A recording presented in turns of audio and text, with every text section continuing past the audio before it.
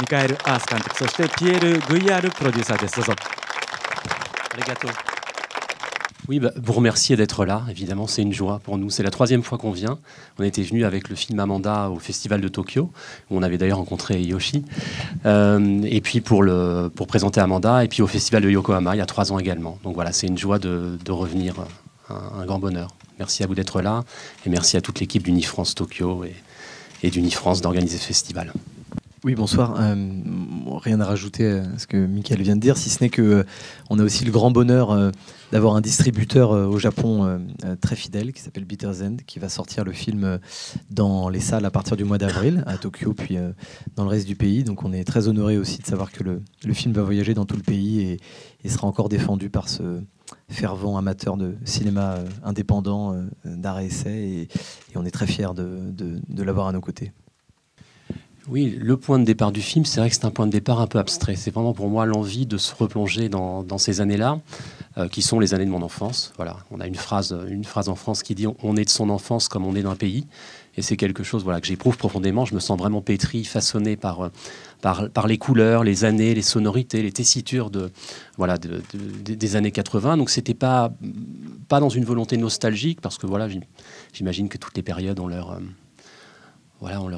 beauté, leurs affres, mais j'avais envie de me reconnecter à ça. Donc c'est évidemment un peu abstrait, peut-être difficile à formuler. Puis évidemment, après ça, s'agrègent des choses beaucoup plus concrètes, comme l'envie de faire le portrait d'une femme d'une 50aine d'années après une séparation, le quartier que j'ai filmé, qui est le quartier de Beaugrenelle, dans le sud-ouest de Paris, la radio de nuit, voilà. Mais c'est... Je parlais des lieux qui échappent comme ça un petit peu, qu'on a du mal à situer parce qu'ils sont assez multiples. Et je voulais pour ce personnage d'Elisabeth aussi un personnage qui échappe lui aussi un petit peu aux classifications, qui soit pas monolithique, assez ambivalent. Un personnage qu'on puisse trouver parfois un peu naïf, d'autres fois beaucoup plus perspicace, un personnage qui soit un peu timoré et timide, d'autres fois très audacieux, voilà. Et Charlotte Gainsbourg, que je ne connaissais pas personnellement avant, m'inspirait un peu ça, sans la connaître. Je trouvais qu'affleurait une sensibilité, une fragilité, évidente, et en même temps il y avait quelque chose de... elle a un vrai centre de gravité, une espèce de... Elle aussi, une détermination, lui fera pas dire quelque chose qu'elle veut pas dire, et donc je trouve cette dualité chez les gens, je trouve ça émouvant d'une manière générale, et elle a vraiment ça, je trouve qu'elle incarne ça, donc elle était parfaite pour le rôle. On a beaucoup de chance parce que les précédents films de Michael ont été vus et bien vus en France, donc c'est vrai qu'on a il y a beaucoup d'acteurs et d'actrices qui ont envie de travailler avec Michael, donc en plus il faut qu'il se bouche les oreilles, mais il écrit très très très bien, c'est-à-dire que les scénarios sont magnifiques à lire. Et pour l'instant, on n'a jamais trop eu de problème à faire lire ces écrits par des acteurs et des actrices. Donc on croise les doigts, on espère que ça va continuer.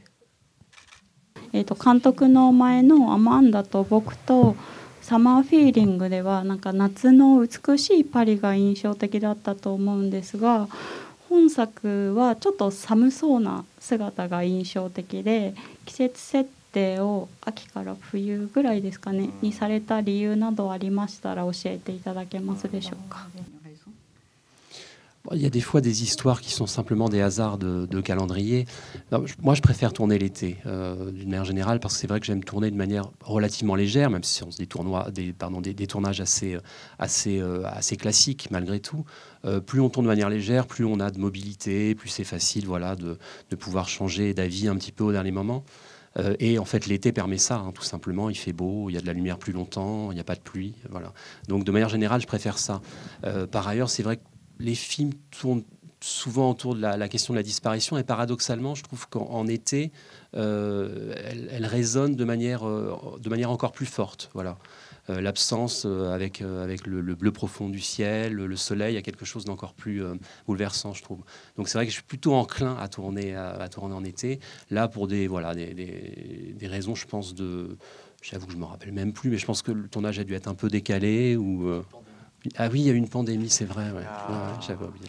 Et voilà, il s'est trouvé qu'on l'a tourné en hiver, mais c'est plus un hasard de calendrier en fait. ミカエル・アース監督、そしてピエール・グイヤールプロデューサーでした。ありがとうございました。Merci beaucoup beaucoup.